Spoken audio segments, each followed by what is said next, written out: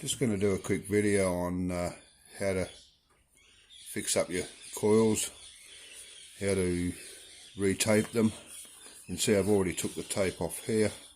You can use orange oil or anything like that, or just scrape it off. It's better to replace the tape before it actually gets that bad that it's hard to take off.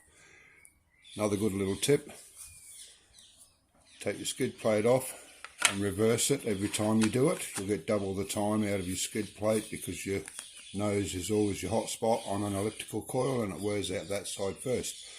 Right, the easy way to get the tape on, a lot of people struggle with it and getting it on nice and neat. They hold it like this, and I'll show you the easy way. We start where the cable goes into the coil, and that's going to be our finishing point too. So we put the coil on a flat surface, we place the tape on the flat surface too. We start the tape off and we keep both the tape and the coil flat on the table and rotate the coil as you allow the tape to come out. And we go back to the starting point.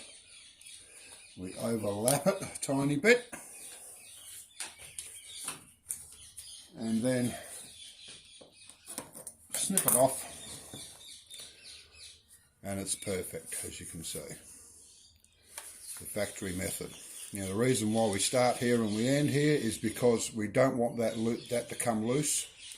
So we start at the back where it gets the least amount of attention from rocks and scrub and things like that.